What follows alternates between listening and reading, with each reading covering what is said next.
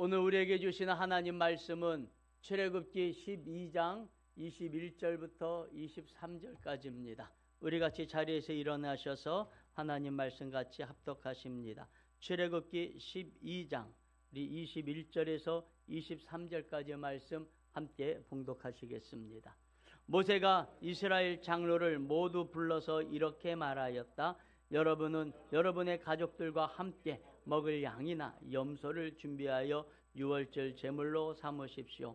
우슬초 묶음을 구하여다가 그릇에 피를 받아놓은 피에 적셔서 그 피를 상인방과 문 좌우 문설주에 뿌르십시오. 여러분은 아침까지 아무도 자기 집 문 밖으로 나가서는 안 됩니다.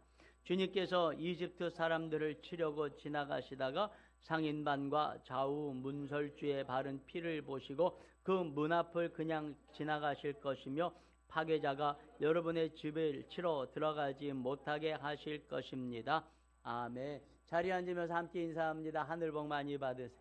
하늘 복 많이 받으세요. 하늘 복 많이 받으세요. 하늘 복 많이 받으세요. 하늘 복 많이 받으세요. 오늘 말씀 제목은 유월절 어린 양 예수님이라는 말씀으로 함께 은혜를 나누겠습니다.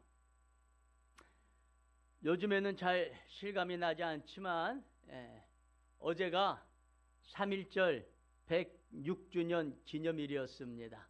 여러분 어제 어떻게 보내셨습니까? 이제 3.1절 같은 기념일은 우리가 자주 잊어버리는 절기인 것 같습니다. 그러나 3.1절은 우리에게 있어서 우리 민족사에 있어서 너무나도 중요한 절기입니다. 그래서 우리가 3.1절의 정신은 잊어버려서는 안 되겠습니다. 3.1운동은 1919년에 일제강점기에 있었던 대한제국의 국민들이 일본 제국주의의 지배에 항거하여서 한일합병조약은 무효다, 이것은 불법이다라는 것을 선언하고 전 세계에 대한제국의 독립을 선언한 비폭력 저항 만세 운동입니다. 1919년 3.1운동 당시 기독교인들의 숫자는 10만 명도 채 되지 않았던 1천만 중에 10만 명 정도가 기독교인이었던 시절에 당시 민족 대표로 서명한 33명 가운데 기독교인이 16명이었어요. 대부분이 목사님, 장로님들이 민족 대표로 서명을 하였습니다. 3.1운동 주동자로서 재판을 받은 사람들 48명 가운데 22명이 기독교인들이었습니다. 3.1운동은 기독교 저항운동이었습니다. 어느 나라도 어느 민족도 힘으로 폭력으로 다른 민족을 억압해서는 안 됩니다. 이것이 천부 사상 아니겠습니까? 여러분, 하나님의 나라에서는 힘으로 사람을 억압하는 것, 폭력적으로 나라를 지배하고 다스리는 것은 하나님의 뜻과는 정반대되는 일인 것입니다. 3.1 일제 한일합방조약은 국제법적으로도 불법입니다. 왜냐하면은 일본 군인들이 조약을 맺는 장소를 포위하고서는 협박하여서 이 조약을 맺게 한 것이기 때문에 이건 국제법적으로도 불법이고 하나님의 법으로도 불법인 것입니다. 그래서 기독교인들은 일어나서 이것을 전 세계 만방 곳곳에 전파하였던 것입니다. 그래서 3.1운동은 기독교 중심의 독립만세운동이었음을 우리 성도님들은 잊어서는 안 되겠습니다. 우리도 우리 안에 이 저항의 피가 흘러야지 되는 거예요. 사탄마귀의 불법에 대해서 우리가 침묵해서는 안 됩니다. 사탄마귀가 불법적으로 우리 인생과 삶 가운데 고난을 주고 문제를 주고 있을 때 팔자련이 하고 당하고 있는 것은 기독교인 정신이 아닙니다. 우리는 고난에 한가야지 되고 환난에 한가야지 되고 가난에 한가야지 되고 질병에 한가야지 되는 것입니다. 할렐루야. 기독교 운동으로 시작된 3.1 만세운동은 전국에 있는 교회들을 기점으로 하여서 태극기들이 인쇄되고 교회 지하에서 태극기를 찍고 독립선언문이 만들어져서 전국에 꾸려졌습니다. 3.1운동이 참 의의가 있는 것은 3.1운동이 있던 그 다음 달인 4월 12일에 대한민국 임시정부가 상해에서 세워집니다. 3.1운동이 대한민국 건립의 가장 기본적인 정신이 된 것입니다.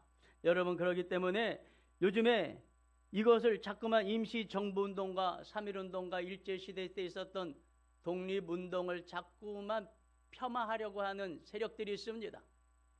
여러분, 그것을 폄하하다 보면 기독교 정신도 폄하가 되어버리는 것이에요. 여러분, 우리 기독교인들은 3.1 정신이 기독교 운동이었고 이 나라 건립의 초석이 된 운동이었다는 사실을 잊지 마시기를 바랍니다. 1945년에 우리가 일본 군국주의들로부터 해방을 맞은 것은 단순히 미국과 일본이 전쟁을 벌여서 미국이 일본을 이겼기 때문에 해방이 온 것이다, 이렇게 말하는 사람들이 있는데 그렇지 않습니다. 그때 전 세계에 많은 식민지 국가가 있었습니다. 그렇다고 해서 여러분 2차 대전이 끝났다고 그 나라들이 다 독립된 건 아닌 것이에요. 어떤 나라들이 독립이 됐냐면은 독립의 의지가 뚜렷하고 독립한 뒤에도 정부를 세울 능력이 있다고 검증된 나라들이 독립이 되었고 해방을 맞이했던 것이고, 준비가 안 된 나라들은 더 시간이 지나고 나서야 해방이 됐다는 사실을 우리는 알아야지 됩니다. 여러분, 우리나라가 1945년 8월 15일에 일제의 멸망과 함께 해방을 맞이할 수 있었던 것은 무엇보다도 3.1운동으로부터 시작한 꾸준한 독립운동과 또 상해 임시정부로 인하여서 전 세계에 우리나라가 임시정부가 있고 독립의 의지가 뚜렷하다는 것을 전 세계 국제사회에 이거를 알렸기 때문에 일제의 패망과 함께 우리가 독립을 맞았다는 사실을 잊어서는 안 되겠습니다. 무엇보다도 순교를 두려워하지 않고 나라의 독립을 위하여 부르짖으면서 기도하였던 많은 성도들의 기도 응답이 대한민국 독립을 맞았다는 사실을 잊어서는 안 되겠습니다. 그래서 우리는 이 독립된 나라에 살아가고 있으면서 우리는 한 가지 확신을 가지고 살아갈 수 있습니다. 대한민국 국민이라는 사실 하나만으로도. 그건 뭐냐면 어떠한 강한 적이라 할지라도 우리나라 안에 군인이 한 명도 없다 할지라도 전 세계적으로 아무리 우리나라에게 불리한 상황이 몰려온다 할지라도 기도하는 나라, 기도하는 백성은 반드시 승리한다는 사실을 우리는 역사적으로 경험적으로 알아야지 됩니다. 여러분, 나라도 이와 같을 텐데 우리 사랑하는 성도님들의 삶도 역시 마찬가지입니다. 고난에 포로 잡히고 절망에 포로 잡히지 마시길 바랍니다. 절망과 고난 가운데 있을 때 하나님 앞에 나와서 간구하며 부르짖으시길 바랍니다. 우리 역사가 이것을 증명하고 있다는 사실을 잊지 마시길 바랍니다. 성경을 보면 이스라엘 민족도 우리와 비슷한 부분이 많습니다. 그 중에 하나가 이스라엘도 이집트에서 430년간 노예 생활을 하다가 해방을 맞이했다는 것입니다. 참 길게도 했습니다. 430년간을 노예 생활을 했습니다. 안타깝게도 이스라엘 백성들이 긴 세월 노예 생활을 한 이유는 하나님께 부르짖지 않았기 때문이라고 성경은 말씀하고 있습니다. 오랜 세월의 극심한 노역이 더해지자 견딜 수가 없어서 마지막에 그제서야 이스라엘 백성들은 하나님께 부르짖기 시작하였습니다. 출애굽기 2장 23절 24절은 이렇게 말씀합니다. 세월이 많이 흘러서 이집트의 왕이 죽었다. 이스라엘 자손이 고된 일 때문에 탄식하며 부르짖으니 고된 일 때문에 부르짖는 소리가 하나님께 이르렀다. 하나님이 그들의 탄식하는 소리를 들으시고 아브라함과 이삭과 야곱에게 세우신 언약을 기억하셨다. 아멘. 우리 사랑하는 성도님들, 고난 가운데 있을 때는 빨리 부르짖으세요. 끝까지 가서 기도하는 것, 그것도 의미가 있겠지만 우리 성도님들은 말씀을 왜 괜히 배우십니까? 말씀을 괜히 왜 듣습니까? 말씀을 들었으면은 참고해서 말씀을 적용하라는 거 아니겠습니까?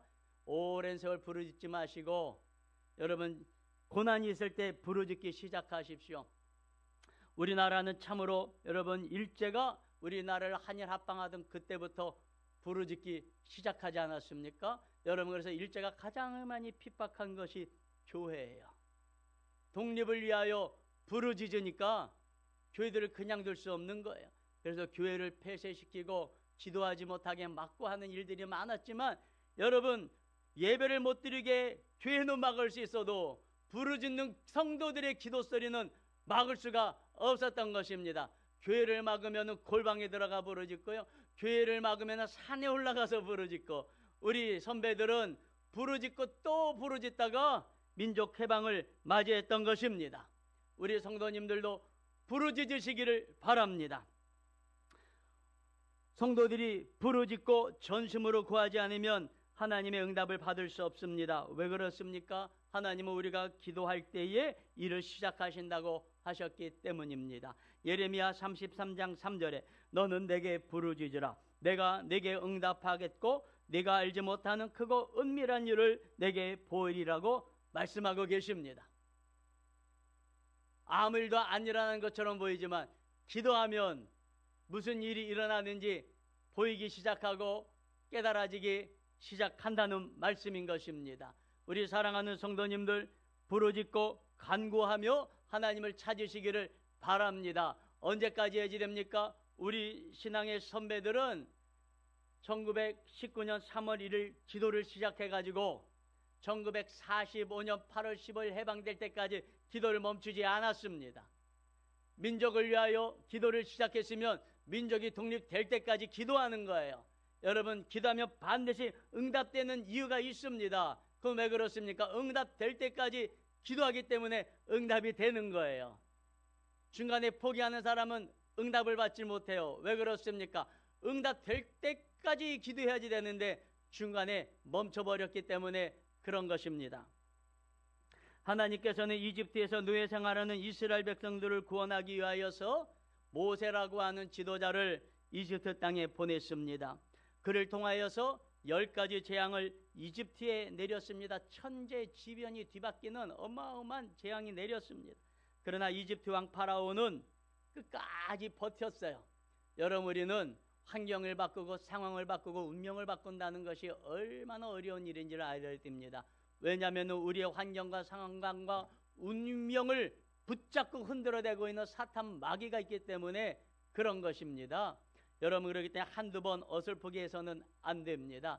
하나님이 완전히 승리하실 때까지 기도하고 또 부르짖으시기를 바랍니다.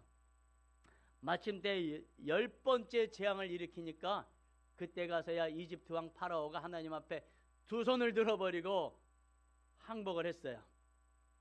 10번째 재앙은 무엇이냐면 이집트에 있는 모든 사람과 모든 동물의 첫 번째 것 장자들이 다 죽는 것입니다. 그런데 하나님께서는 이스라엘 백성들에게 이 재앙을 피할 길을 알려주셨습니다. 그것은 1년 된 어린 양이나 염소를 잡아 그 피를 집의 문설주와 상인방에 바르고 그 양을 불에 구워서 먹으면 하나님께서 그 집에 재앙을 내리지 아니하시고 죽음도 피해가고 재앙도 피해가고 파괴자도 피해간다고 약속하여 주셨습니다. 9가지 재앙이 모세의 말대로 다 이루어졌어요. 그러면 10번째 재앙의 이야기를 들었을 때 이걸 들어야 됩니까? 안 들어야 됩니까? 들어야 돼요? 안 돼요? 들어야 돼요. 9가지가 다 말씀대로 됐어요. 그러면 10번째 것도 말씀대로 될까요? 안 될까요? 거기서 믿음이 나오는 거죠. 여러분 예수님께서 이 땅 가운데 오신 지 벌써 2025년이 되었습니다. 수많은 말씀들이 성취되었고 9가지가 아니라 수백 가지, 수천 가지, 수만 가지 예수 그리스도의 살아계심의 간증들이 있고 그 간증들을 책으로 모아서 기록을 다 하면은요 저 하늘을 쌓아도 하늘같이 쌓아도 부족할 정도로 어마어마한 증거들이 있는데 왜 안 믿냐 이거예요. 왜 안 믿냐 이거예요. 왜 안 믿냐 이거예요. 안 믿어지는 것이 이게 기적 아니겠습니까? 안 믿으려고 그러니까 안 믿는 거예요. 이날에도 역시 마찬가지입니다. 이렇게 하면 재앙을 피한다라고 예고했습니다. 말씀에 순종하여서 그대로 어린 양을 잡아서 그 어린 양의 피를 적셔서 문 좌우에 설주를 바르고 위에 상인방에 바르고 3번 바르고 그날 집에 안에 모여서 어린 양의 고기를 구워서 먹은 사람들은 그 가정은 단 한 가정도 빠짐없이 재앙이 피해간 줄 믿으시길 바랍니다. 그러나 이 말씀을 믿지 아니하고 순종하지 아니한 사람들은 그 집안은 이집트 사람들뿐만 아니라 순종하지 않은 모든 이스라엘의 집안 사람들까지도 다 장자를 잃는 큰일을 당한 줄 깨달으시길 바랍니다. 이집트의 왕 파라오조차도 자신의 첫 번째 아들을 잃어버렸습니다. 그래서 하나님 앞에 완전히 두 손을 들고 항복을 한 것입니다. 공교롭게도 예수님께서 돌아가신 날이 바로 이 날입니다. 이 날을 가르쳐서 이스라엘 백성들은 절기를 지키는데 유월절이다라고 하는 절기를 지킵니다. 유월절에 유월이다라고 하는 말은 넘어간다, 지나간다. 뭐가 넘어갔습니까? 죽음이 지나갔습니다. 뭐가 지나갔습니까? 재앙이 지나갔습니다. 무엇이 지나갔습니까? 파괴자가 지나갔습니다. 그런데 예수님께서 돌아가신 날이 바로 이날 유월절이라는 거예요. 여러분, 이것이 우연이겠습니까? 그렇지 않습니다. 여러분, 하나님과 예수님께서 이 날을 정하신 거죠. 왜냐하면 유월절의 의미와 예수님의 십자가의 죽으심의 의미가 서로 맞아떨어지기 때문에 그런 것입니다. 그래서 오랫동안 유월절을 지켜온 것은 바로 예수 그리스도의 십자가의 죽음을 상징하고 예비하였다는 것이다 라는 것을 보여주기 위함이신 것입니다. 고린도전서 5장 7절에 이렇게 말씀합니다. 여러분은 세반죽이 되기 위하여 묵은 누룩을 깨끗이 치우십시오. 사실 여러분은 누룩이 들지 않은 사람들입니다. 우리들의 유월절 양이신 그리스도께서 희생되셨습니다. 성경은 예수님이 유월절 양으로 희생되셨다고 말씀을 하고 계시는 것입니다. 온 인류는 아담과 하와가 하나님을 버리고 선악을 알게 하는 나무의 실과를 따먹음으로 말미암아서 하나님께 범죄하였습니다. 아담과 하와는 나무 실과 하나와 함께 자신들의 영혼을 마귀 사탄에게 팔아버리는 일을 한 것입니다. 여러분, 얼마나 어리석습니까? 얼마나 어리석습니까? 여러분, 과일 하나와 자신의 영혼을 팔아버리는 거예요.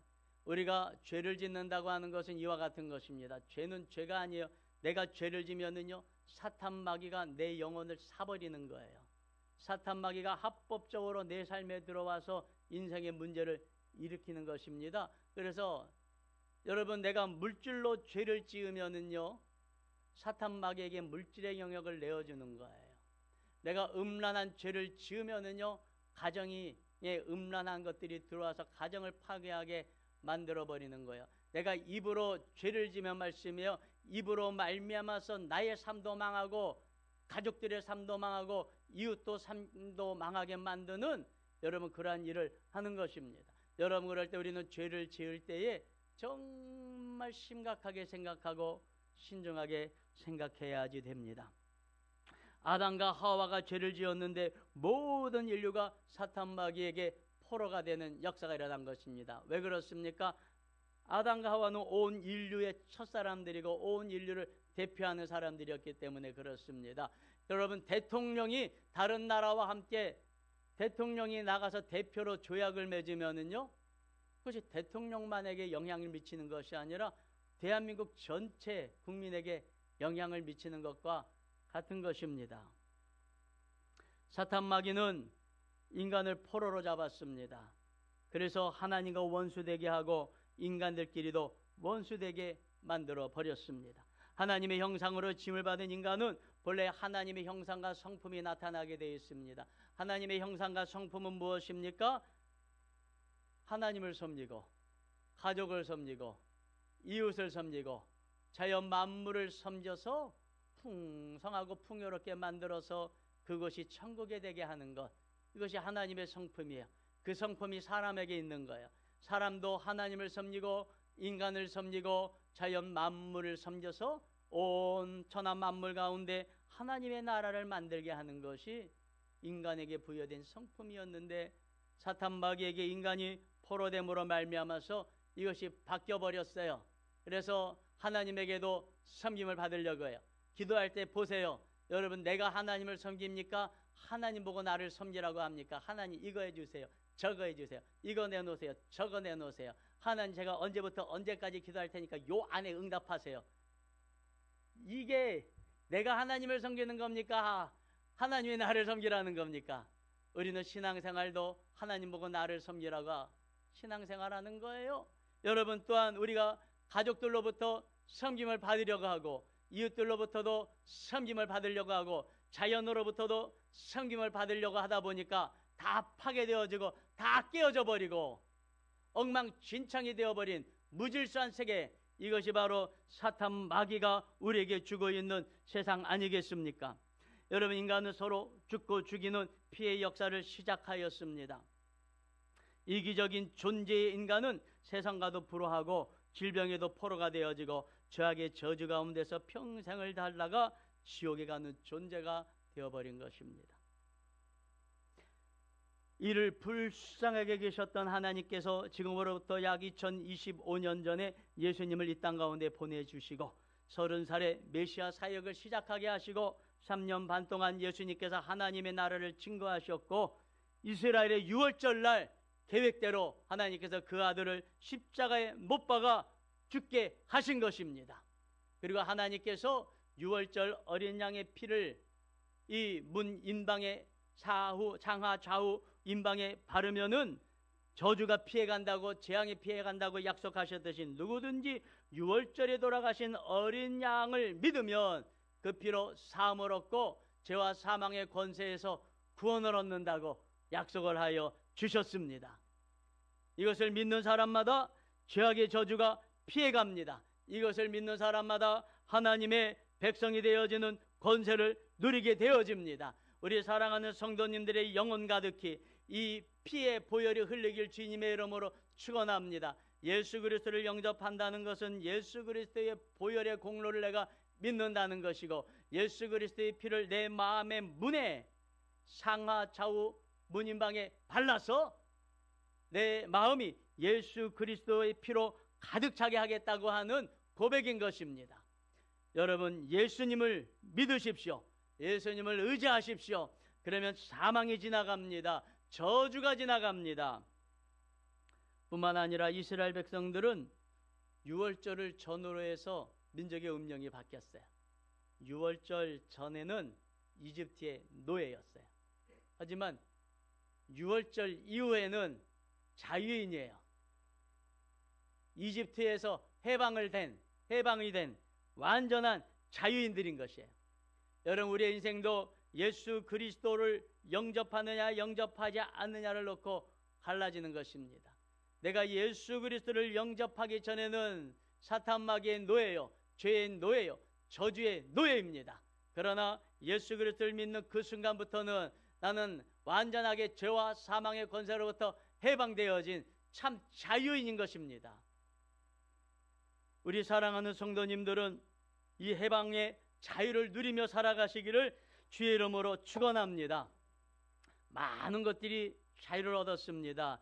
여러분들에게 몇 번 말씀드렸지만 또 까먹으신 것 같아서 다시 또 상기시켜 드립니다. 첫째, 죄악의 권세로부터 해방을 얻었습니다. 로마서 6장 6절에서 7절, 우리의 옛사람이 그리스도와 함께 십자가에 달려 죽은 것은 죄의 몸을 멸하여 우리가 다시는 죄의 노예가 되지 않게 하려는 것임을 우리가 압니다. 죽은 사람은 이미 죄의 세력에서 해방되었습니다. 저와 여러분이 예수 그리스도를 믿을 때 죄악의 권세로부터 해방되었습니다. 더 이상 죄악이 우리를 어찌할 줄 못합니다. 특별히 사망의 권세로부터 우리를 벗어나게 하셨다고 말씀을 하고 계십니다. 여러분, 어떤 죄악의 권세도 우리 가운데 와서 참소하지 못하게 하십시오.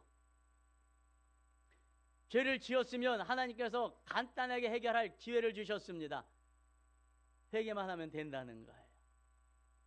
그렇기 때문에 우리 사랑하는 성도님들, 죄악의 권세에 묶여 있지 마시고 매일매일 그때그때 회개하셔서 죄악의 권세가 틈타지 못하게 하십시오.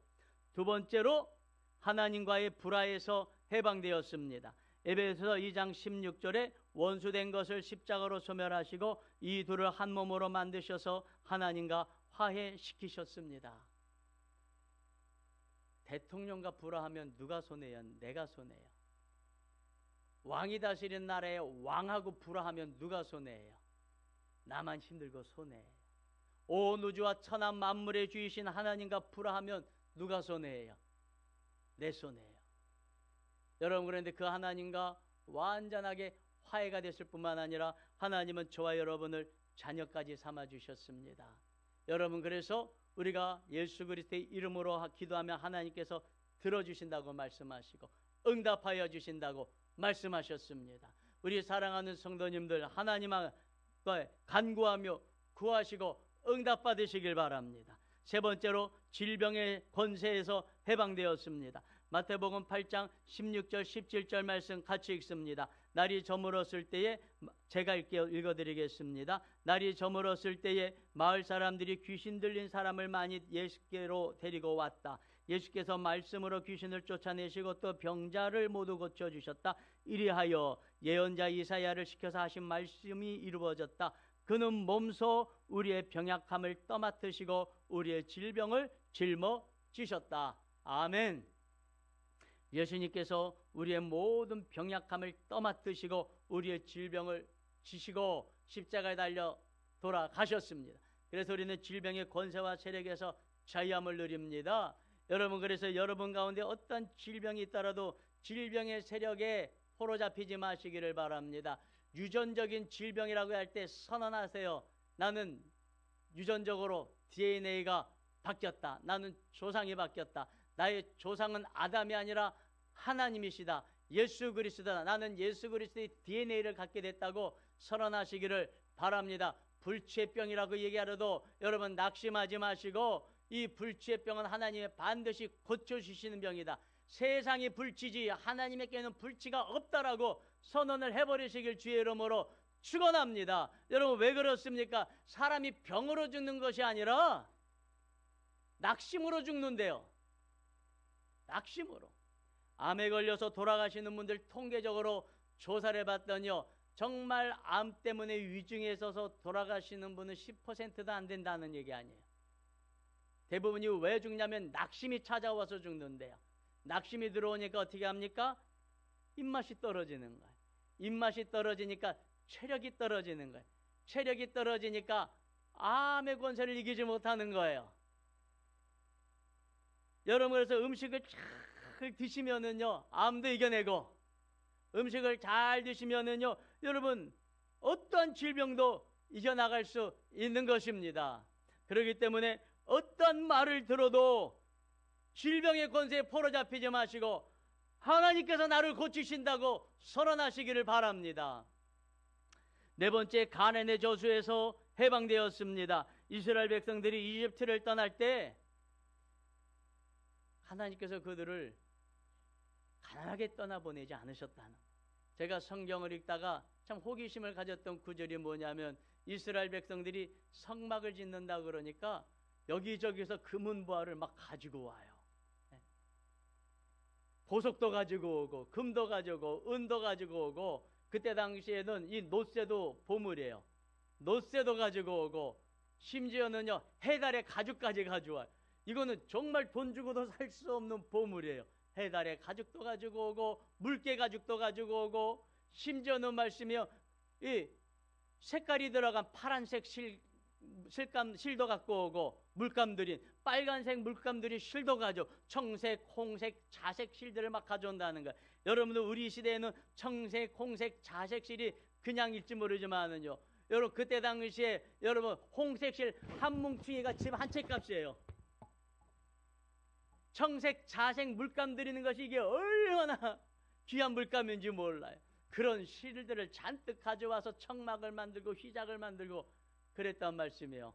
제가 이걸 보면서 야, 노예생활 했다 그러면서 참 부자였네, 그런 생각을 했는데, 이게 언제 부자가 됐냐면요, 6월절 다음날 부자가 된 거예요. 할렐루야. 여러분들이 예수님 믿기 전까지는 어떻게 살았는지 모르지만 예수 그리스도를 믿고 난 다음에는 나는 부욕해 된다는 확신 가지시길 주님의 이름으로 축원합니다. 여러분, 6월절 다음날 모세가 이스라엘 백성들에게 뭐라고 얘기하면요, 이집트 사람들한테 가가지고 모든 금은보화와 돈 될 만한 것은 싹 가지고 나와라, 이렇게 이야기를 했습니다.